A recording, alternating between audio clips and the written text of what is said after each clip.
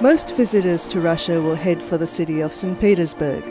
St. Petersburg is Russia's cultural capital and known as the Venice of the North. It's not hard to be impressed by St. Petersburg's grand palaces, golden dome churches, museums and beautiful architecture. But there's a lot more to Russia than St. Petersburg. River cruising is one of the most comfortable ways of seeing Russia, where few people speak English and independent travel requires quite a lot of planning. One of the most popular cruises connects St. Petersburg and Moscow along the Volga-Baltic waterway, which flows through lakes, rivers, reservoirs, canals and locks. I'm cruising aboard the MS AmaKatarina, a ship that underwent a $14 million reconstruction in 2010. Each day there's a shore excursion in a village, town or city.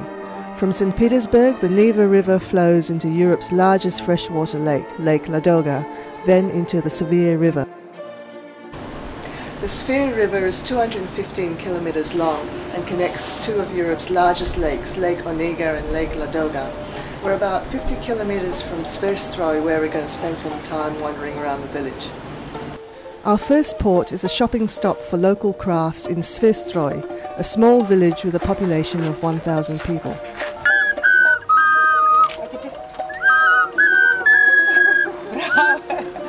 По очереди.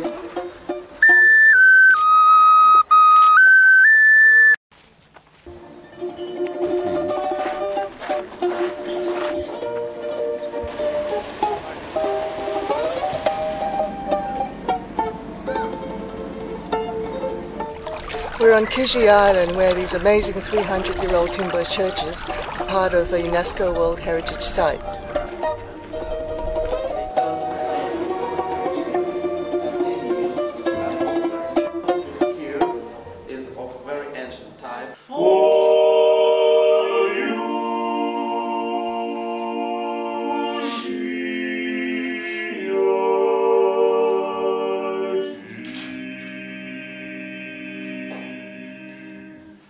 Kizhi Island is home to the oldest wooden church in Russia, the 14th century Church of the Resurrection of Lazarus, and the 18th century Church of Transfiguration with its impressive onion domes.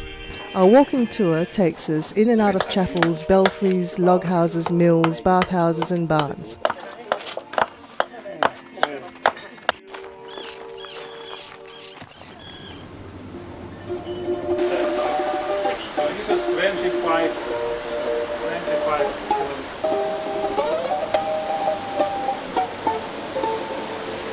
When we're not exploring, there's a daily program of cultural and educational activities, such as Russian language lessons, Russian history lectures, doll painting, balalaika playing and cooking lessons.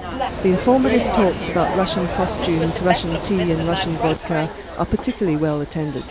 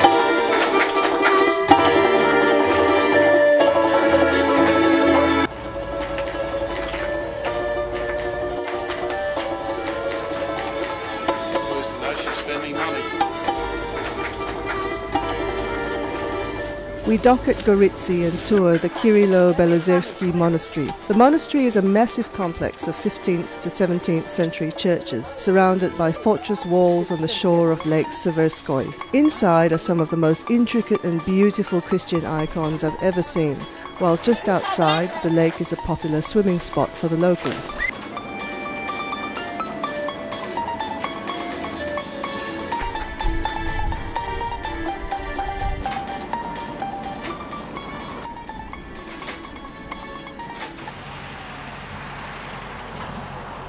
Yaroslav is a small city with a population of around 600,000. It's one of Russia's oldest cities, tracing its roots back to the Vikings.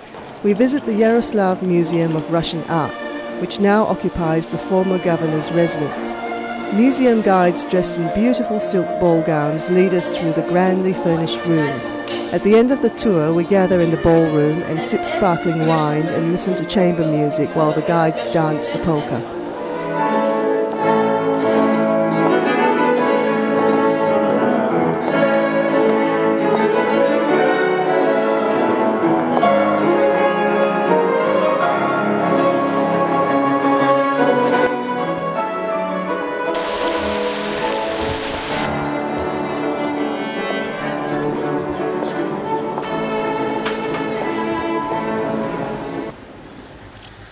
And I'm pouring local mineral water into your glasses. Still. Not vodka? No, not vodka. That's...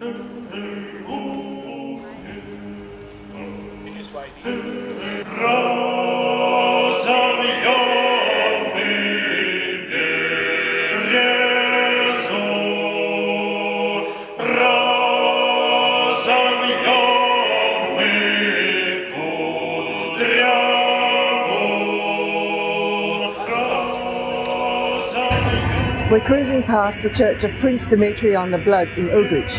Uglitch gave us the chance to have breakfast with a local family in their home. It also gave us the chance to walk around, shop, buy watches and clocks, of which Uglitch is famous for.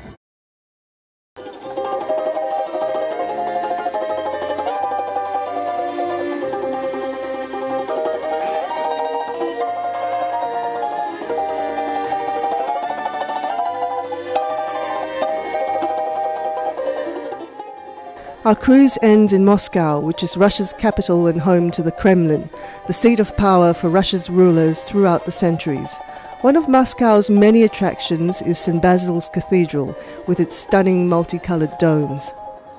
Emirates Airline flies to Moscow via Dubai and will commence flights from Dubai to St. Petersburg from the 1st of November 2011. See www.emirates.com. For details on APT's 12-day Russian waterways cruise aboard MS AmaKatarina between Moscow and St. Petersburg, see www.apttouring.com.au.